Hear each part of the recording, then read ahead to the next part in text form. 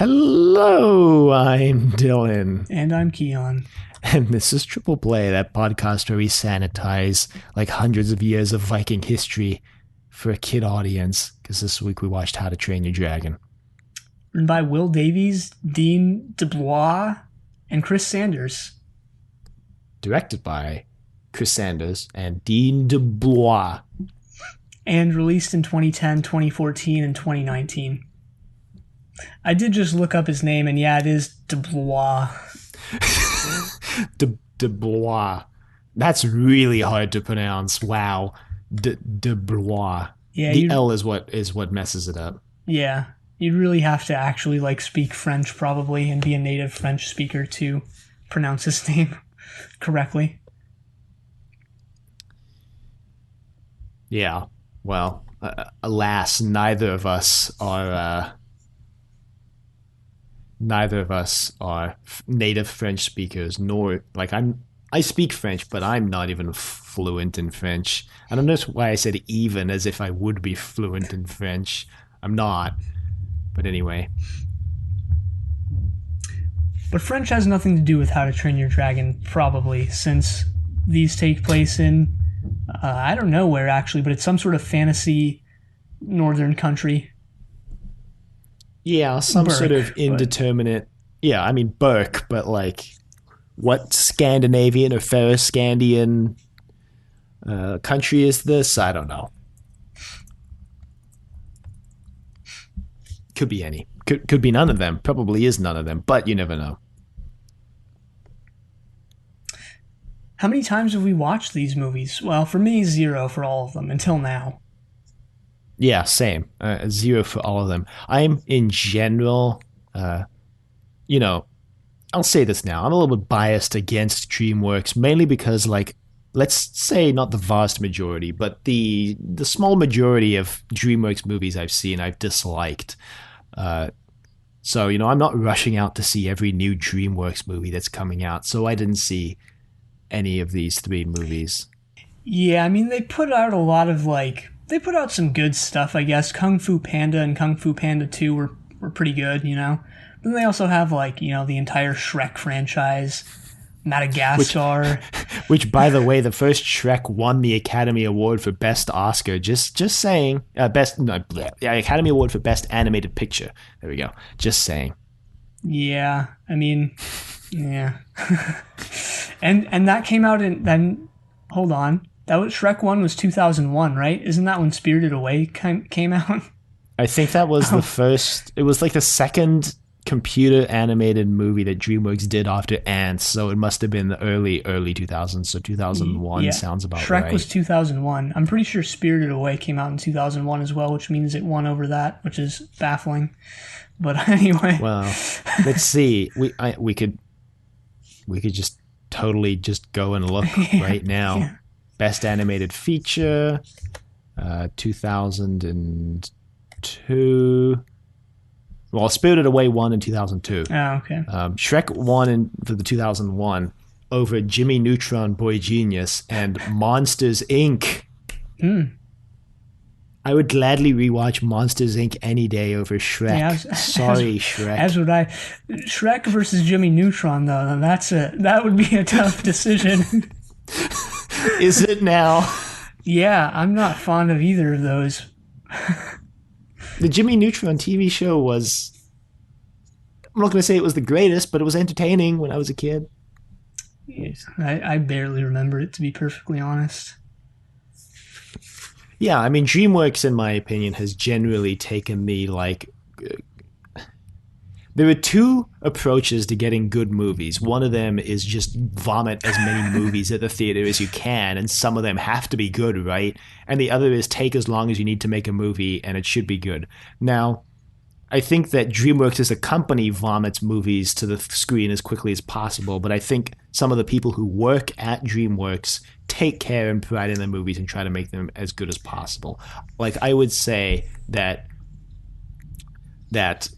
Dean DeBlois definitely put his heart and soul into these movies. And I'm not going to say they're the greatest animated movies I've ever seen or the greatest movies I've ever seen, but I think they I think you can tell that he cared and that he really wanted these to be good. Yeah, definitely. I think as we kind of go into the making of, as we're going to, we'll definitely explore like some of the things he is in particular has said about what he wanted to do with the second and third ones and how he wanted to kind of avoid the sort of expectation of not only animated movies but even just movie 2 and movie 3 in general of like not being good. Yeah, and he said like, how many trilogies can you look at and be like, yeah, all three of them are great, and that's partly because I guess going to the very beginning of where we could go for the production, Dean DuBois was apparently a Star Wars kid through and through, grew up on Star Wars, and like the Star Wars trilogy being like such a good example of like a great trilogy really inspired him when he started making movies. Right. And he was, since we're talking about specific people who worked at DreamWorks, he was, ex-Disney, I think. He directed and wrote Lilo and Stitch, I believe. And Mulan, I think. Right. Let me just double check that. He was head of story on Mulan, I believe, with Chris Sanders. Yes, he has that credit for Mulan. I just checked, yeah. And then after that, both Chris Sanders and him, I think they co-wrote and co-directed Lilo and Stitch. And then he, after that, moved to DreamWorks when Katzenberg left to create DreamWorks, which we go into a lot more depth in the Katzenberg DreamWorks Disney situation in our Shrek episode. Not our Shrek, our Kung Fu Panda episode. You just don't want to do a Shrek episode so much that you're just making we already have one. Like, yeah, that episode. Yeah, just gaslight the audience like 50 Shades of Grey them. Like, yeah, the Shrek episode. Wait, how is that 50 Shades of Graying? What does that mean? Oh, just like him emotionally manipulating Anastasia Steele. All right. No, we go like into the Katzenberg situation on the Kung Fu Panda episode, so check that out if you're curious about that.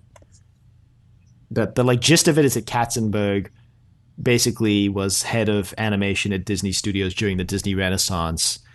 So like Aladdin. Why is the only one I'm thinking? The only other one I'm thinking of Lion Treasure King, Planet, Tarzan, Atlantis, Lion King, Tarzan, Little Mermaid, Lilo and Stitch. I think Little Mermaid was 80s. I don't remember. I believe so. Yeah. And then he leaves under very contentious circumstances. I think like generally most people who worked with Katzenberg at Disney were like he was like his ego got in the way of like everything, and he left and created DreamWorks. And if we ever do a Shrek episode, we can talk about how like a lot of the things he puts into Shrek are, in my opinion, mean-spirited, but like digs at Disney executives or how Disney makes movies. Yeah, and people forget that DreamWorks actually did put out quite a few 2D traditional animated movies like The Prince of Egypt and what was it, Spirit, that movie about that horse, and a couple other ones. Road to El Dorado. Prince of Egypt, Road to El Dorado, Spirit, Sinbad, Legend of the Seven Seas. Most of which I've heard are great. I haven't watched any of them. I've watched The Prince of Egypt, and that's probably, of all the DreamWorks ones I've watched, that's probably the best one. I think that was their first movie as well before Ants, if I'm not mistaken. Well, I'm looking at the DreamWorks animations page, and Ants came out before Prince of Egypt by 2 months. Ants was October 98, Prince of Egypt was December. Huh. And Ants 2, the Katzenberg situation, before we move on, Ants 2 was Katzenberg knowing that Pixar was going to make a movie about bugs, starting his own animation studio, and then releasing a movie about ants and bugs. Like, yeah. But anyway, he's got DreamWorks going, and they want to make an adaptation of this book series. Yeah, because apparently it was gaining traction in the mid-2000s. Now, I had never heard of it, before the movies came out, and I knew these were based on books, but I had even forgotten before looking up stuff, and I was like, I was reminded, within the past week, like, oh yeah, these are actually based on books. I knew these were based on books, and I think I've seen, like, the first book somewhere before, either at our elementary, middle school library or somewhere else, but I that was like my entire knowledge of that. Yeah, apparently they basically. were a pretty big deal and sold extremely well. And it's kind of, I believe, I looked up a little about the books, not too much, but I believe it was like a real Harry Potter situation where it's like you're following these characters throughout like 7 or 8 years or however many books there are. So, Yeah. And so they bring in Chris Sanders and Dean. yeah, I don't even want to say his last name. Yeah, so basically. the movie originally, when DreamWorks got the rights to make this movie, it was originally apparently completely true to the book. The story was exactly the same as what was in the first book. But then when Dean and Chris were brought on, they wanted to sort of up the demographic a little bit and make it for older kids. And they felt that the book was not that it was for, a younger audience. So that's the first kind of reason why they changed the story almost completely from what the first book is. And the final product of the movie is almost nothing like the story of the first book. Which the creator of the book series was apparently really cool about it, and was like, yeah, the movies are great.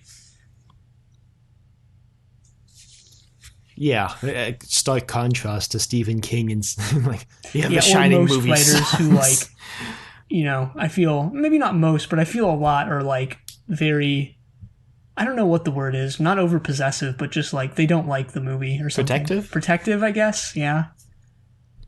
Stephen King is interesting because he sat on both sides of that fence where he's like, The Mist, that the changes they made in The Mist were like what I should have done in the book. And then he's like, The Shining, terrible adaptation of my book, hate it. Which like, okay, Shining's considered like one of the greatest movies ever made. But okay. Yeah.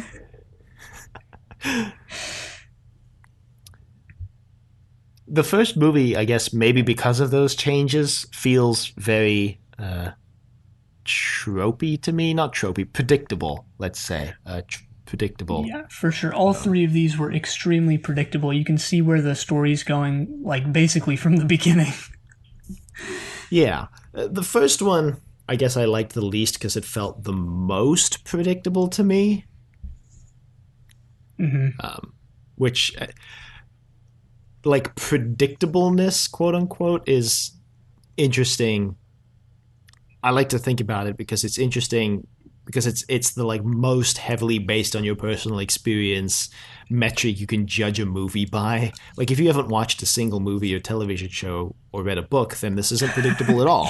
If you've watched a lot, then like it is predictable. And I was writing down a couple things that like had very similar plots to the first movie that I could think of. And I just have a note here that's like, why is Dirty Dancing the first movie I think of that's got like a very similar plot to this movie? Like there were so many others, but Dirty Dancing was the first one I could think of. And it's like, yeah, if you're a kid, if you're right in the target audience of this movie, you're not going to have as much experience. And, this might be the first sort of story like this that you are kind of experiencing. So, but then again, I mean, it's definitely, this entire series is definitely not as aimed at little kids as I thought it was going to be. I don't know why, but I thought it was just going to be for really little kids like Despicable Me or something. No, there is.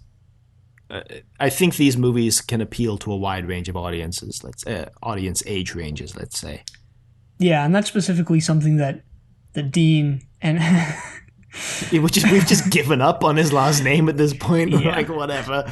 Well, Dean said that in a couple of different interviews of like, he spoke for all 500 plus people who worked on, I think it was How to Train Your Dragon 2 is the movie he was giving this interview about, but he was like, all 500 of us are not trying to make a movie for kids, which is like, okay, yeah, there's probably some animators, some people, maybe even on the marketing side who are like, yeah, this movie's for kids, but whatever. That's what he said of like, we're just trying to make the best movie we can that we would want to see and that would appeal to a wide range of people, which I think they did.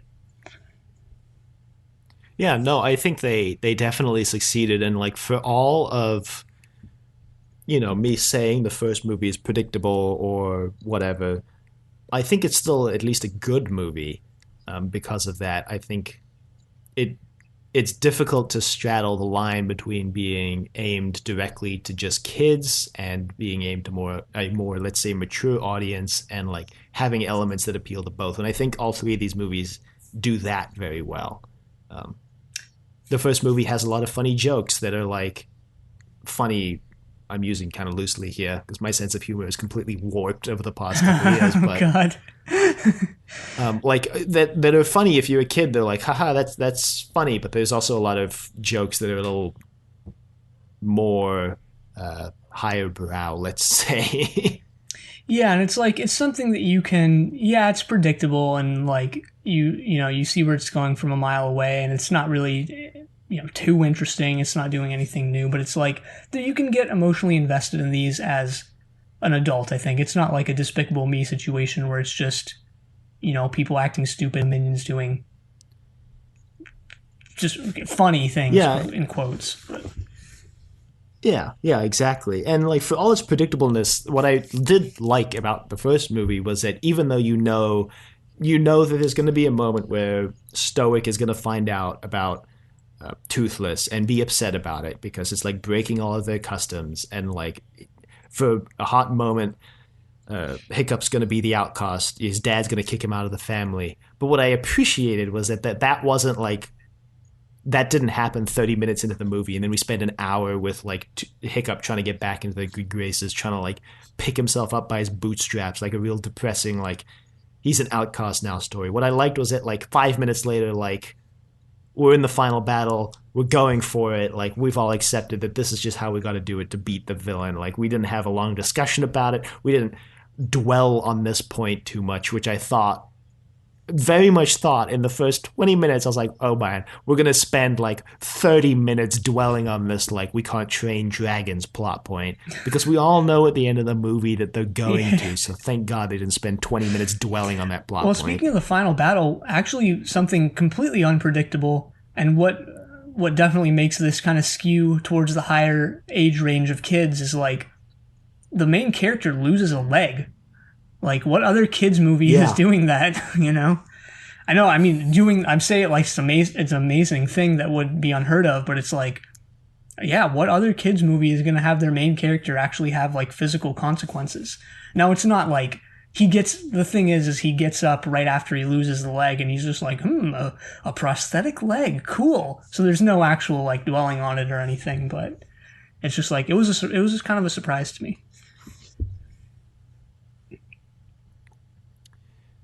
Yeah, I mean, I completely agree. That the movie even starts that quite early. By the very first couple shots of the movie are basically like pitch black in the dark, and the movie opens with the town getting raided by dragons, people like flying across screen, getting blown up, lit on fire, and of course the violence is all very A-team when it's super stylized and it's heavy violence, but nobody dies or even gets really like injured besides Hiccup really. But the movie opens with this giant battle, and I was like, okay, throwing us right in the middle. Right. And I remember, back when I was in school, one of my professors was like, the third one was coming out at this time, and it was just like some random thing before class. He was like, yeah, I'm going to take my kids to see this movie. Is this like appropriate for kids? And at the time I was like, yeah, why wouldn't it be? Why are you even asking that? And like, now, yeah, I can see like for really little kids, maybe it would be a scary thing to watch. Mm-hmm. The dragon designs too are not like overly cuddly or friendly. Some of them are very like spiked and kind of would be frightening for very little kids, I think. Yeah, I mean, speaking of the dragon designs, I found an interesting interview where basically it was an interview with, hang on, let me get his name, I got it here, Simon Otto, who was one of the character animators, or I think he was head of character animation was his actual title. And he basically oversaw a lot of the animation. And he said that there were 5 main species of dragon, plus then the Night Fury. There's only one Night Fury in the movie.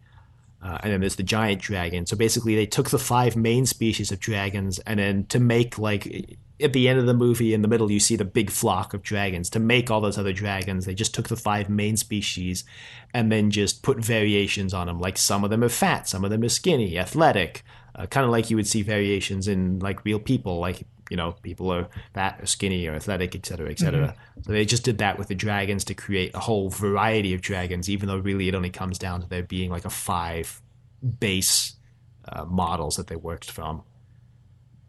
Yeah, that's cool. It was interesting too in the interview. They talk a lot about how, like, even though this is a 3D animated movie, and we touched on this, since Dean and Chris came from 2D animation, there was a lot of roots in 2D animation in terms of like internal structure behind the movie, behind who was working on what. In a lot of computer generated movies, all the animators work together on some things, and the director just kind of oversees everything. But in 2D animation, since a lot of early 2D animation, a lot of late 2D animation too, was hand drawn, you would assign basically one person would be like the head chief person in charge of each character. And apparently Dean Dubois did that on this movie, where like each character, like Toothless, Hiccup, they each had a person behind the scenes who was the like chief animator for that character, whose job it was to like come up with how they walked, come up with how they moved, their reactions to things, give them all their own personality, which I think is very interesting because not a lot of 3D animated movies do that nowadays. Yeah, and there is, I don't know if you felt this, but for me there was a few like kind of uncanny valley moments in this series. Maybe not so much with the faces, but with the animations for the characters' gestures and their bodies and stuff. Just the way they would move their arms, and I don't know. Yeah, I felt that especially in the third one with the dragons, when it was pointed out to me by something I was reading about the first movie that a lot of Toothless's motions were based on like a cat. Mm-hmm. Then in the third movie, when I really started to watch like Toothless and the Light Furies interactions, I was like, damn, these are just cats. Like it's Cats, the musical. And that's when I got the uncanny valley. I was like, oh, this is weird. They apparently brought in, I think it was for all 3 of them. It was at least the first 2. I'm not 100% on the third one. Roger Deakins, who is a cinematographer, who's worked on like a lot of famous movies, to try and, because they were trying to go for a feel that was sort of in between live action and animation. Mm-hmm. And yeah, I mean, I guess like visually, at like each of these sort of with the environments and the backgrounds and stuff, they look, I guess, stylized but realistic for the time, that they were made, which obviously the 2019 one is like, yeah, it looks realistic now, 2021, because it was just a few years ago. Yeah, Roger Deakins is an incredibly famous cinematographer if you're someone who watches a lot of movies. He just very recently won his first Oscar for cinematography for, what was it? Was it for 1917? No idea, but... Blade Runner 2049 was his first Academy Award. Then he won again for 1917, which people are like, he should have won years ago. Blade Runner was a beautiful movie, but a lot of people are like, damn, he should have won this years ago. And Blade Runner 2049 was like the best looking movie that year, and that's probably why they finally seeded to give it to Deakins. But he's a very famous cinematographer, so when I saw his name pop up in the credits, I was like, damn, they got Roger Deakins to work on this? Holy moly. So, yeah. And like, I definitely saw, especially in the third one, I definitely saw his influence. Obviously, he wasn't like cinematographer for the movie. He was just kind of a consultant, but I definitely saw his influence, especially in the third one, where there's a lot of scenes that are, and the first one too, that are dark, but then you see like fire lighting something up in this bright, brilliant orange in a certain part of the frame. And that's a very Deakins thing to do. Speaking of really famous people who worked on this, almost all of the cast is extremely famous live action actors, except the main character, who is still, he's been in some prolific movies, just maybe not as much as the other people. Yeah, and it's again, I think we talked about this on our Cars episode. Like kids don't care who voices the the characters because they don't see the face. The actors are really more for the parents. And to me, a lot of the actors in this, I couldn't recognize their voice. The one I did was Gerard Butler because for some reason he has a really recognizable voice to me. Gerard Butler is Stoic the Vast. So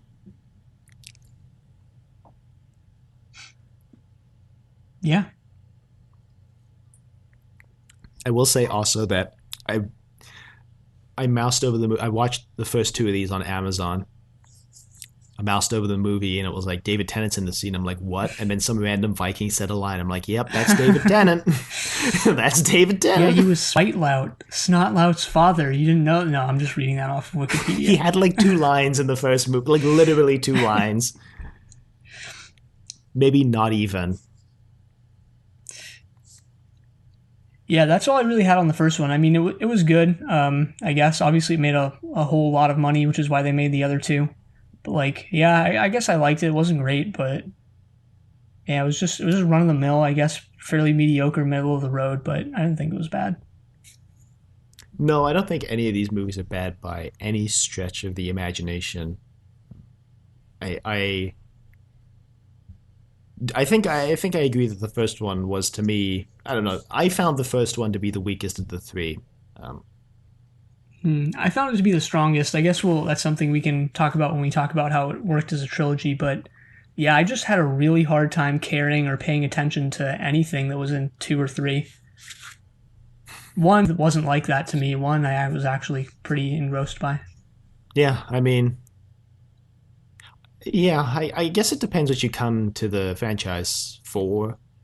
I came here to see people riding dragons, and the first movie was so much of like getting to that point that to me it was almost like the second movie. Yeah, we'll talk about this when we get to how it works as a trilogy. But the second movie to me feels like the core story that was being told, and the first movie is the prologue, and the third one's the epilogue. But anyway, which I guess leads into talking about the second movie. What is the second movie? It's How to Train Your Dragon 2. The second movie was the first one, Chris Sanders, that I think Dean DeBlois did without Chris Sanders. I think he went off to do The Croods. I read The Croods, yeah. Which I forgot that existed. I don't know. The Croods is another movie that grew out of like a contentious relationship between DreamWorks and another animation studio. I found out because, so if you didn't know, DreamWorks teamed up with Aardman to release Chicken Run. Yeah. Aardman does stop motion animation. Aardman wanted to make a movie about early man adapting a book called The Croods. DreamWorks was going to make it with them. Then the working relationship between Aardman fell apart, and then DreamWorks made The Croods, and Aardman made a movie called Early Man. So they're, I believe, drastically different in plot, but just like it spawned from this collaborative relationship. I think then after The Croods, Sanders went on to do the Call of the Wild adaptation that came out last year. It was his live-action directorial debut. The movie bombed in like every sense of the word. It was like Harrison Ford just doing, I guess, whatever he wanted after Star Wars. I've never even heard of this, so... Oh yeah, they made a Call of the Wild adaptation with Harrison Ford as what's the main character's name in that movie? Balto or something? No, I'm just kidding. No, Buck is the dog. Yeah, no, Balto is that animated dog. I don't even know really what Balto is. Balto film. Anyway, yeah, Dean wanted to put a lot more of, I don't know, he added a lot more of his own personal life to the second story, the second movie. Apparently his dad. He wanted to deal with like the loss of a parent, and like the death of Stoic the Vast is apparently influenced by Dean's life. Yeah, apparently his dad died when he was 19, so pretty similar to what happens in the movie. Minus all the dragons and the Viking battles and stuff like that. Yeah. No, you're saying that he didn't grow up around Vikings and dragon battles? I believe that in the second movie they say that Hiccup is 20 now. Something like that, yeah. So not really actually all that similar. No, I'm just kidding.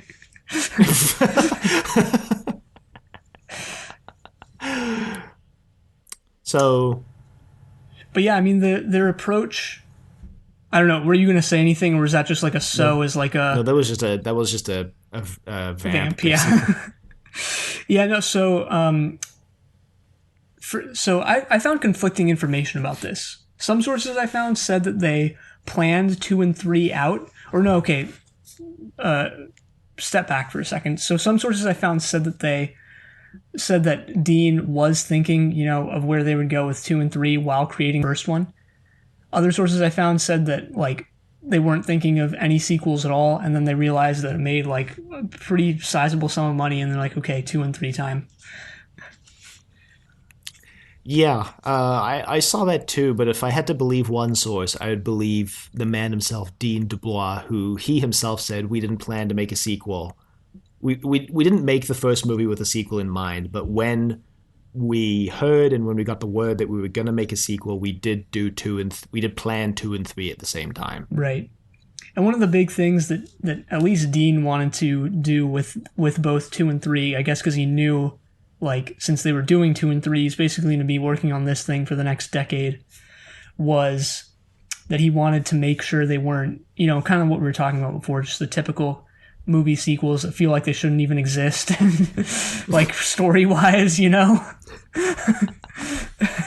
I think he wanted the three of them to complete a sort of coming of age trilogy. Sorry, go ahead. Yeah, no, I was just going to say, I think they succeeded in that. I mean, I didn't particularly care for 2 and 3, but they're not like, the typical, they're not like, for example, Aladdin 2 and 3, which just feel like they shouldn't even be in existence, Like, RoboCop 2 and 3 to bring it to this season of Triple Play. Yeah, exactly. It's like they feel, even if I thought they weren't as good as the first one, they feel, I hate to use this word, but like they feel justified in like continuing the story in a way. Yeah. Yeah, I think justified is the word. Even though, like, what does that even mean? But we don't have to get into that. Yeah.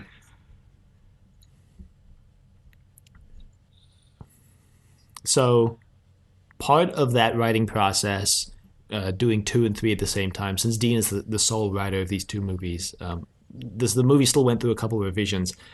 Apparently, according to Amazon, and I saw this corroborated, Drago Bloodfist was going to be the villain of the third movie, but then Dean bumped him up to the second movie, and that happened concurrently with him deciding not to make Valka, the mom, the villain of the second movie. So in the very first draft, she was the villain of the second movie. Yeah, and you can definitely feel that influence in the final movie, like how she's revealed, and then like she takes Hiccup to like this idyllic dragon paradise, and like as you're watching that, you're like, all right, this is going to go terribly wrong, and she's going to be the villain, but it never happens. Yeah. I definitely felt that in that moment. I was like, okay, so because also too, you don't know, she's got this mask on, she's wearing a weird outfit. You're like, is this Drago? Like, Right. Because it could be. You're like, is this Drago? Did he capture Hiccup? Because at that point in the movie, you haven't seen Drago. And then it's revealed to be a woman. You're like, okay, well, I guess Drago could be a woman. And then she's like, I'm your mom. And you're like, oh, wait, okay, that is a completely different kind of thing going on. And even when she revealed that, I thought it was going to be like a lie in the end or something, but it wasn't. Yeah, and part of that maybe is because like we've seen so many movies, or I think a lot of movies exist that use a long lost parent as like a villain. They bring back like the character's long lost mom or the long lost dad, and it turns out that they're like a villain now, and that's why they're in hiding because they're doing evil stuff. Orphan Black does this. Yeah, even the Dark Knight. They bring back the mom. Yeah, Dark Knight does this. They bring back characters, and they're like, oh, surprise, they're villains. So in a way, I appreciated that the second movie didn't do that. And I appreciated that her and like Stoic had a great relationship, and they like weren't like estranged because he thought she was dead, and she didn't hate him because he thought she was dead. Like they meet up and they're immediately like back in love, I guess is the phrase. They're immediately okay with everything, with this course of events. Yeah, which is of course like I think we'll also talk about this at the end, but like not really true to like Viking, not lore. I was about to say lore but it's not like history. I guess is like Who knows? Like, Viking lore. I mean, did romantic love even exist back then? Probably not. I mean, I don't know. It's like maybe something like romantic love existed, but like, did that concept exist? Like, I don't know. It's a weird, because love is a weird intersection between philosophy, physiology, and biology of like what is love. So like, The song. and that's a conversation that I am way not qualified to enter into. Which is why we should enter into it. Because that's gone so well on our podcast before, where you talk about things vastly outside our field. Anyway, I found out, I don't know how the site that I found this on found this out, but apparently the second movie was 398 terabytes. Yeah, 398 terabytes, 495 artists worked on the movie, and 100,000 storyboards were made for the movie, is what I saw. God, wow. Yeah, and that probably has something to do with...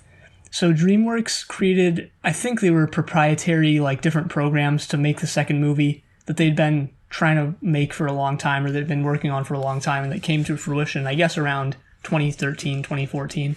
Mm-hmm. Which really helped. I mean, I didn't look too much into the technology behind them. One, because the articles I saw didn't dive too deep into it, and two, because I wouldn't have even understood it anyway. But like, some of the things they created or tools for the animators were like things that helped them create the movie in a way that was similar to drawing, traditionally on paper and stuff, and not like, using, I guess, 3D modeling programs. Which I guess, if you have a background in animation, whether it's 2D or 3D, like at that point in history, probably you got your start drawing on paper. So probably helped, I guess. Just a guess on my part, really, but eh. Yeah, I mean, every animation studio has its own like animation software, since that's kind of how you're able to take art and transform it into this computer generated object. I think DreamWorks, the software they were using when they started animation, was limited because technology improves, and the old software was just like bad. It just wasn't efficient and badly coded, so they rewrote it. Every animation company has their software. Pixar's got Presto. I think the one that they wrote for this movie is called Primo, and Apollo were the two I think they wrote. So Primo, here we go. Yeah, here it is. The Primo animation software was meant to replace DreamWorks' aging Emo software, which dated from the 1980s. Dang. So, but apparently building the software, they were heavily partnered with HP, Hewlett-Packard, and Intel, because they needed to also build the computers that could run the software. So much of computer animation is driven by the computer industry, supercomputers, computing technology. Hand-drawn animation is very much like, can your artists draw? Okay, here we go. Draw every single frame, where computer animation is like, okay, draw the frames and then let the computer render it for 20 years. Oh yeah, and also 700 million digital files. Just wanted to throw that in there too. Yeah. I mean, it's impressive, like, when I was reading those articles where I found that, the ones you obviously read as well, is like, you think of that from the perspective of the animators and such, but then, like, also within that is, like, imagine the people, like, the project managers and, like, the people just trying to make all this work, right? Like, it's almost, like, too vast to even wrap your mind around. Yeah, I mean, there are like so many moving parts here. Not only, and then you have animators have to use the software, you've got people making the software, you've got lighting technicians, you've got the director, Dean, who's like, he's got a very certain vision, how every shot's got to look. So you got character artists who are designing characters. Like, there's so many moving parts that have to be managed. Yeah, not to mention, like, the marketing. There's an entire portion of like creating. This goes for every movie, obviously, but it's like it was kind of put into perspective for me for these movies at least by this information. But it was like, there's people working on this who don't even work on the movie directly, Mm-hmm. who just So it's vast and it takes years. So. Yeah, I mean, animated movies they take years to make, not because you have to film everything and refilm it or cut it or edit it together, but because you have to wait so long for it to render. Like, you can record all the actors' lines in like a week in a VO booth, but then so much of it is like the animation just waiting for it to finish. And I think I read that it took 5 years to make How to Train Your Dragon 2. And 3 also got delayed heavily. I think 3 was slated to come out in 2012 and didn't come out till 2019. Dean talks about this a little bit in one of the interviews where he's like, yeah, it was slated for 2012 when we planned to make 2 and 3 at the same time, but then we realized like how much of a monumental undertaking just making number 2 was going to be. So then 3 got bumped to 2013, and then like even by the time that we were hitting 2013, we were like, we're going to need like a bunch more years to get this done. Maybe it was for the best though, because the books didn't finish until 2015, I believe, and I think the third one is, or at least the ending, if I read correctly, if I'm remembering correctly, like it's pretty true to the ending of the book. So they definitely, would not have been able to line that up, I guess. Not that having it different would be bad, but, they probably wouldn't have been able to line that up if that hadn't been the case. Yeah. Although, I don't know. I mean, I think Dean says that while making the second one, they realized that this was always going to have to end with the dragons leaving, that he wanted it to end with the dragons and the humans being separate. Yeah, which I guess the writer of the books, I really should look up her name, also thought. You also have to wonder, though, I'm guessing the answer to this is no, but I wonder if there was any, like, hey, we want to do this with the movie, and, maybe tying the books into that, or like, maybe the later books were based on ideas they wanted to go with the movie, and they kind of tried to line them up. I'm guessing that's, like, not the case, but could be. Yeah, I don't think that's the case necessarily. Cressida Cal, by the way, is her name. I just found that. I don't know. In the books, from what I was looking at, it looks like Stoic survives the entire book series. Yeah, there's some pretty big differences, which we can go into, I guess, in a bit. Right. So there was some controversy around How to Train Your Dragon 2. I know Keon didn't necessarily look too much into this, but I stumbled upon it because I stumbled upon an interview where Dean DeBlois was basically like, yeah, we wanted to have Drago with a cameo in How to Train Your Dragon 3 to basically show that he survived and he had learned the error of his ways. The plot was basically going to be that he washed up on an island that was controlled by like a very protective dragon, and they would learn to live in harmony, and then he would fight on the side of the dragon riders, Burke, in the final battle of the movie. Apparently Steven Spielberg was the one who came down and was like, yeah, you just don't have time to like portray that whole character arc in this movie. Like, you just don't have the time. Because the interviewer was like, was the controversy surrounding Drago any part of the reason why his cameo didn't make it into the third movie? And that's when he goes, no, like, it's completely unrelated. Spielberg was the one who told me not to. But the controversy basically was that when they designed the Drago character for the second movie, they wanted him to look... they basically didn't want him to look... They wanted him to look racially distinct from the Norse people, but also didn't want him to look like any one specific race, I think is basically what they were going for. He was supposed to be an outsider to this Norse world, but like he didn't want it to be anyone specific in any way, just an outsider. And so he's got darker skin in the movie. Drago's skin's darker than everybody else, but not by much. It's just more gray, really. And he's voiced by Jimon... I think it's pronounced Unsu, since it's French, so I think the H is silent. He's a French-African actor. He's got dark skin, and so a lot of people, apparently, I didn't know this, were upset because they're like, wow, the only like non-white skinned character, even though Drago's skin's really just gray, the only non-white skinned character is the villain, and you have him played by like a black person. Like, wow, what are you trying to say, Dean?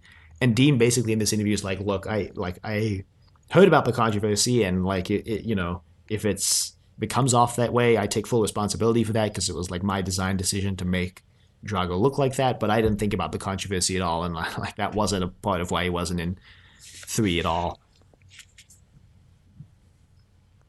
So, just very interesting, because Drago is like, he's not, his skin's really just gray. It's not like he's any specific nationality or race, to me anyway.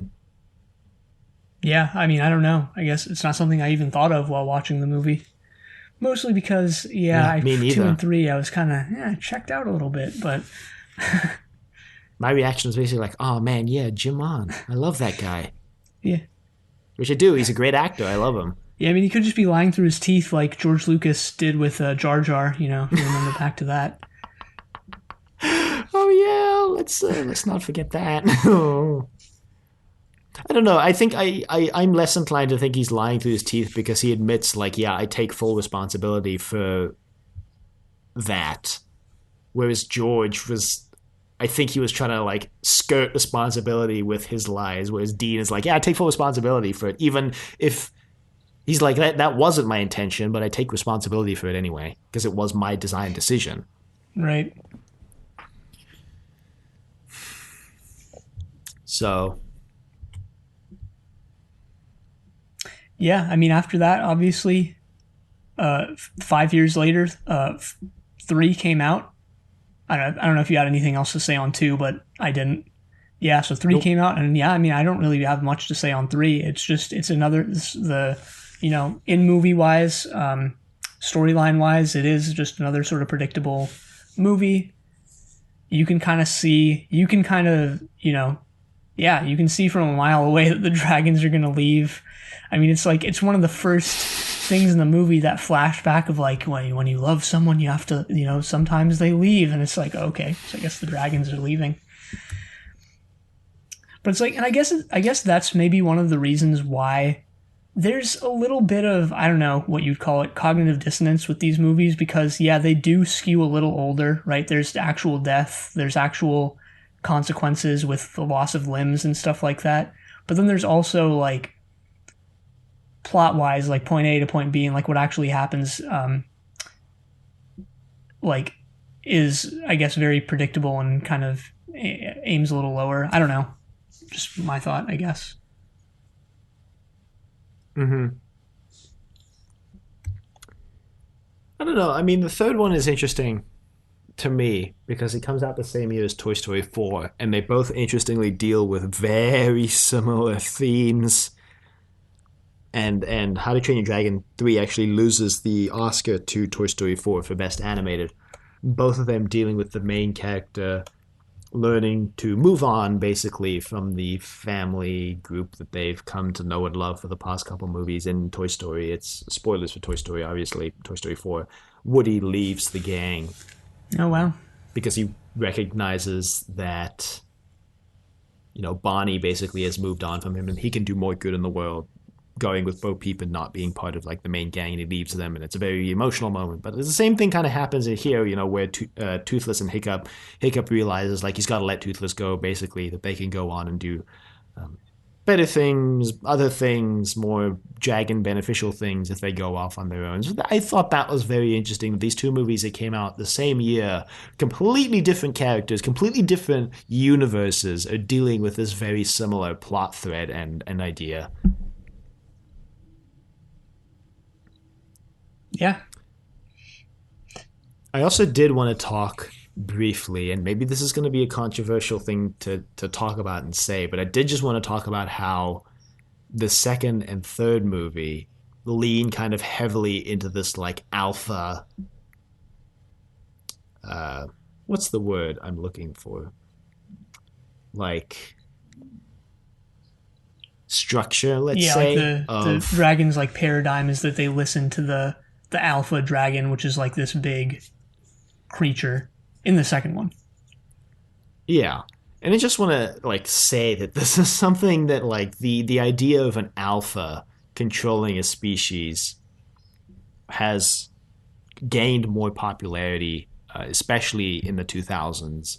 A lot of people on the internet talk about it in a very sexist way, where like alpha males are the ones who always get the girl. But like this idea of animal societies being based around an alpha who is the strongest, who leads the pack, is and I'm saying this mostly for edification, but also because I question why the movie went down this path, is based on a study of captive wolves, none of whom was part of the same pack. And in that study, they had these wolves that they captured, and then these captured wolves displayed this societal structure that the authors of the paper basically said, this is like, there's an alpha male and he leads the pack, and then everybody else is like beta, and the beta is like the second to come on, and then everyone else is just, it doesn't matter, because they all follow the alpha.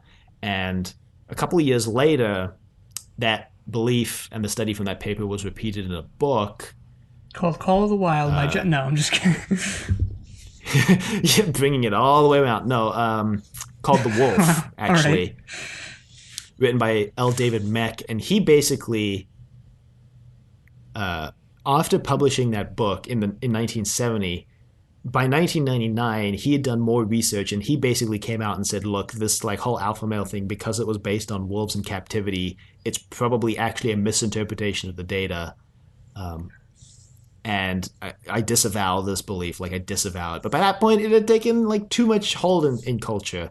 L. David Meck basically wrote a whole thing where he explains like the actual thing that happens in wolf packs is that packs are usually families, specifically families, a breeding parent and offspring of the past couple of years. So using the term alpha doesn't really mean dominant, because the alpha male is just like, it's really just a pair in a pack, and the pack they constructed for this research study that had created the term alpha was like artificially constructed. It wasn't a family. It wasn't like a pack would appear in the wild at all. So I question why like this theory, at least especially for wolves, I think there is some proof that like in primate society, like gorillas and chimpanzees, that there is sort of an alpha male hierarchy. But like in pretty much every other like animal species, this has been somewhat debunked as a theory. Well, the way it's kind of done in the movie is like, it's more like a queen bee or something. Like the big one like gives, I don't think the queen bee creates the hive or gives protection to the bees, if I remember correctly, but it does like produce the offspring. So it does something beneficial for the rest of them, which is in the movie, it's like you see the alpha dragon or whatever it was called, like it creates their home, and, it gives them the fish or whatever in that scene. So it's like, and then they, kind of have their flock around it or something like that. So that's what it kind of seemed like to me. So. Mm-hmm. I don't know. Yeah, I mean, kind of, maybe. I think the fact that, like, Toothless challenges the Bewilderbeast, which is a great name, by the way, the Bewilderbeast, in the second movie for alpha status, and then wins and then just becomes the alpha, makes me less inclined to believe that it's a queen bee situation and more inclined to be it's along the, like, classic definition of alpha. But hey, I don't know. Like I said, I'm only really posing this because I wonder why they lean so heavily. Because the plot of the second one is, and to an extent the third one, is pretty heavily dependent on this idea of Toothless becoming the alpha and the, quote, king of the dragons, unquote. Which in the third movie serves a like thematic purpose where it mirrors like Hiccup's journey as chieftain of Burke.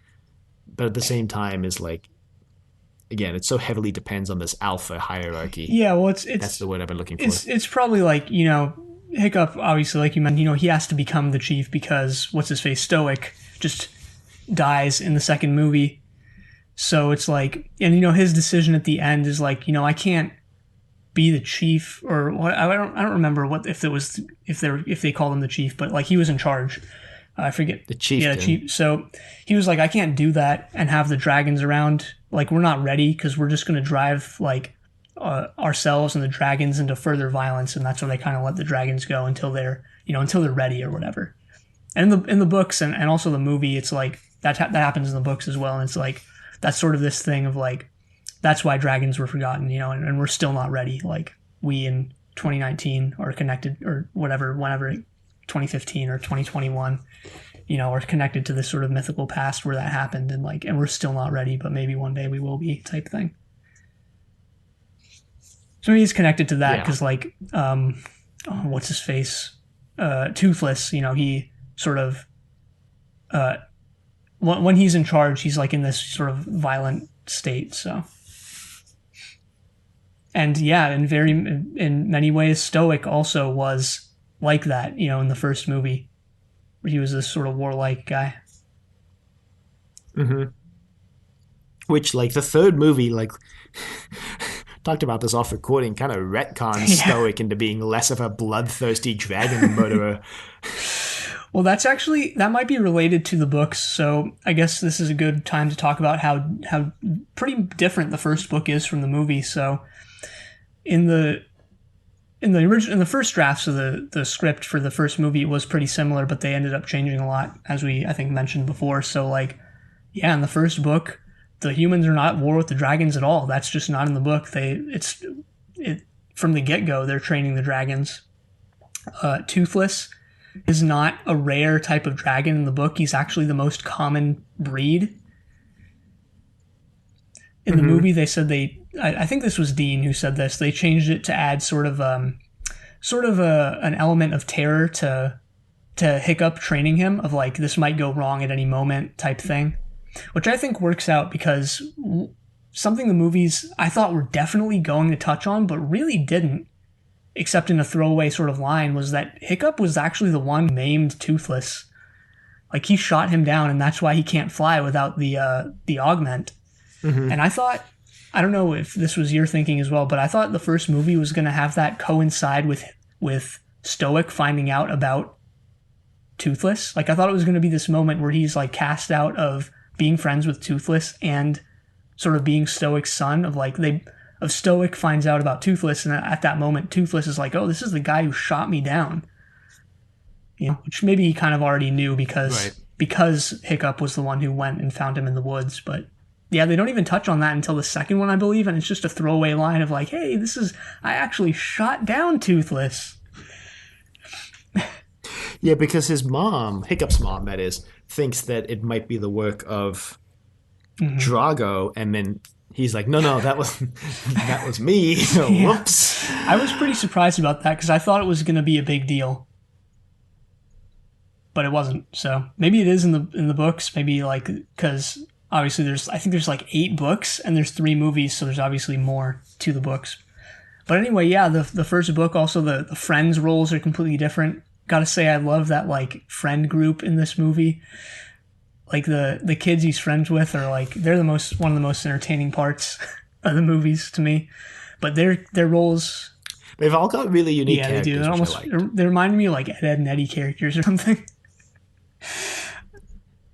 Yeah, there's the really nerdy one who like knows everything about every dragon there is. There's the twins who are like always competing with each other. There's Astrid, the only hot girl in the entire Viking town. And then there's the what's guy his who name? Who develops a mom fetish in the third movie. And what was even weirder is that she was like spurring him on.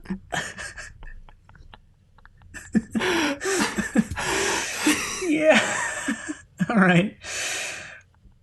Anyway, back to differences between the book and the movie. Yeah, the friend group is completely different. Their roles are totally different. Hiccup is actually really, apparently in the books, good friends with the nerdy guy, who in the books is like a sort of short, skinny nerd, whereas in the movies he's like a tall, fat nerd.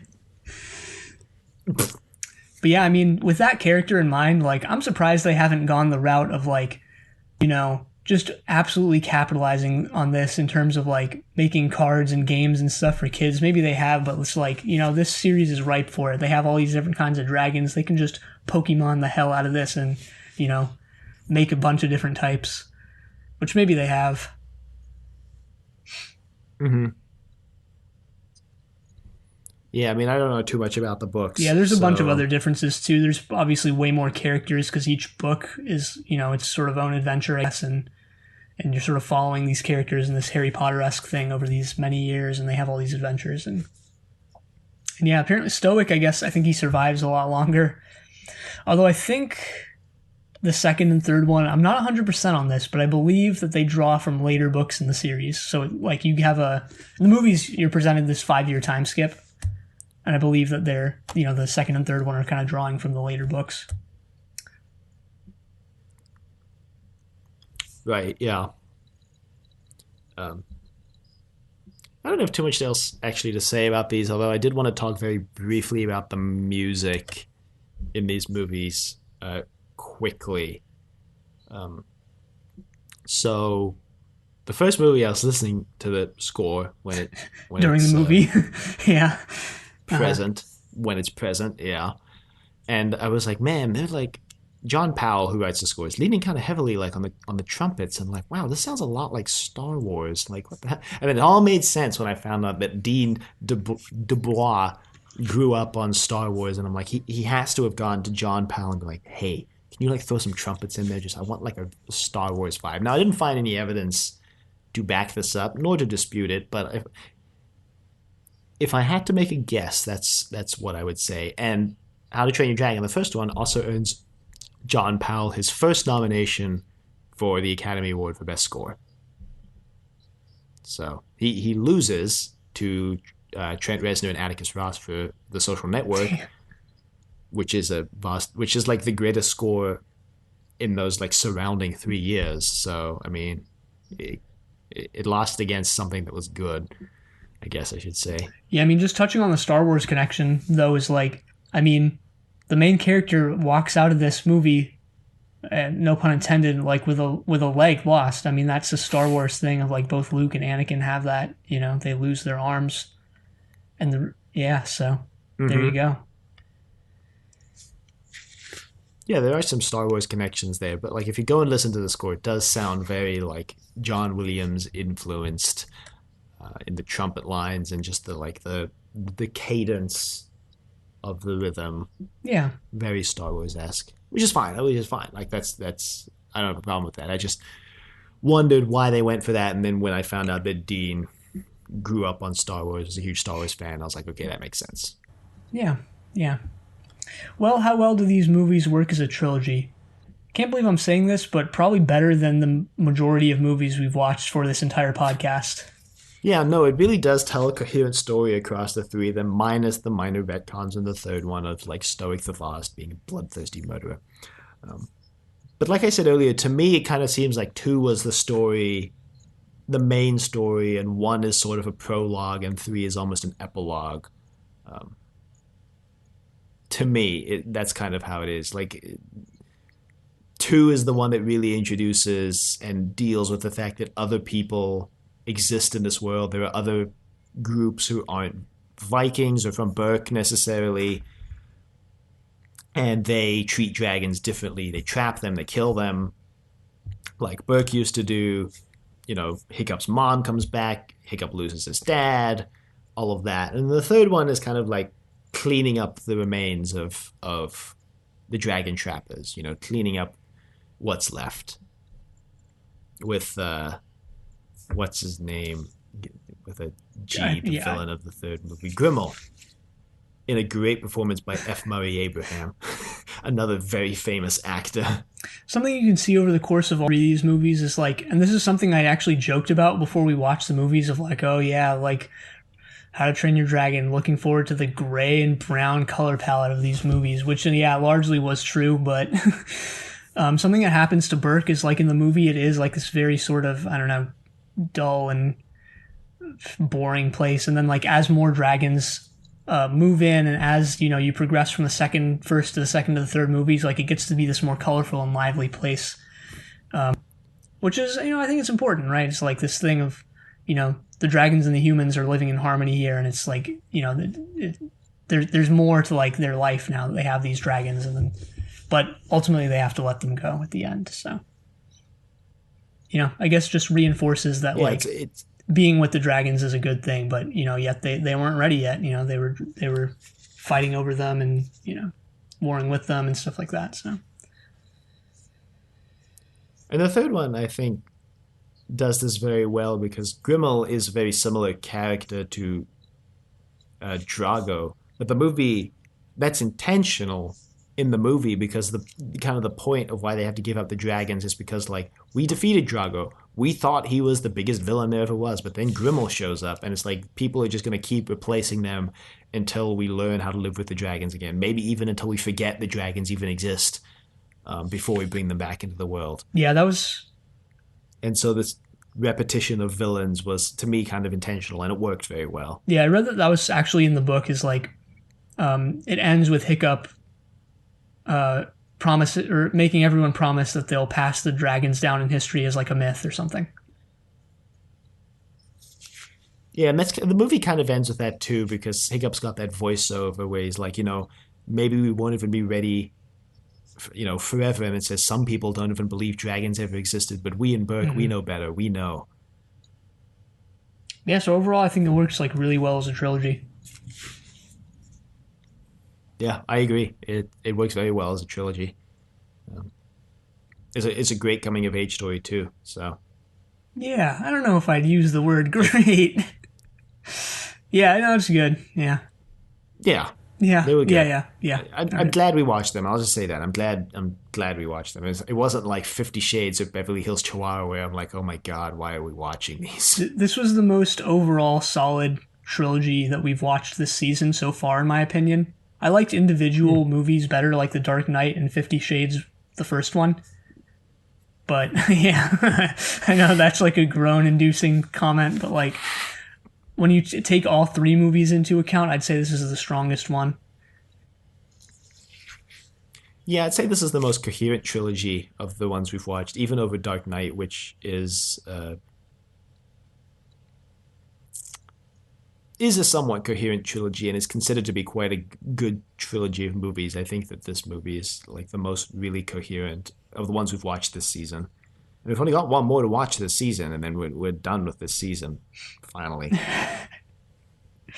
Yeah. As for expanded universe stuff with How to Train Your Dragon, well, there's a ton.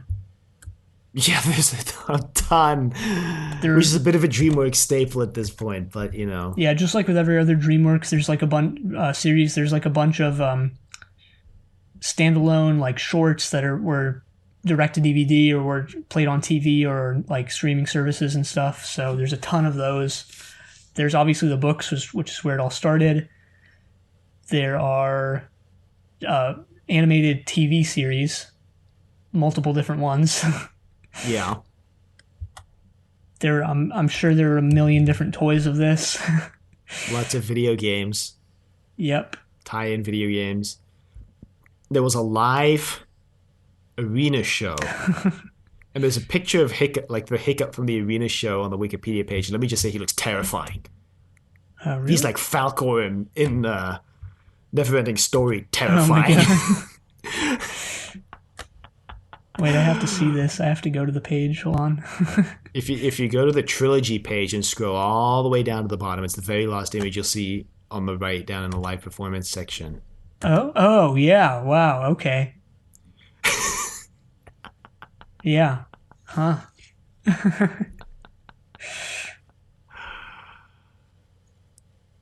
So that's a thing.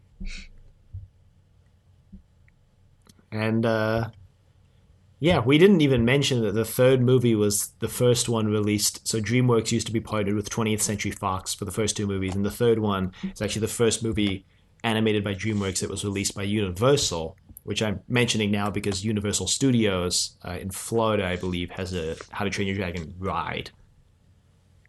Mm-hmm. Since we're talking about expanded universe. Yeah.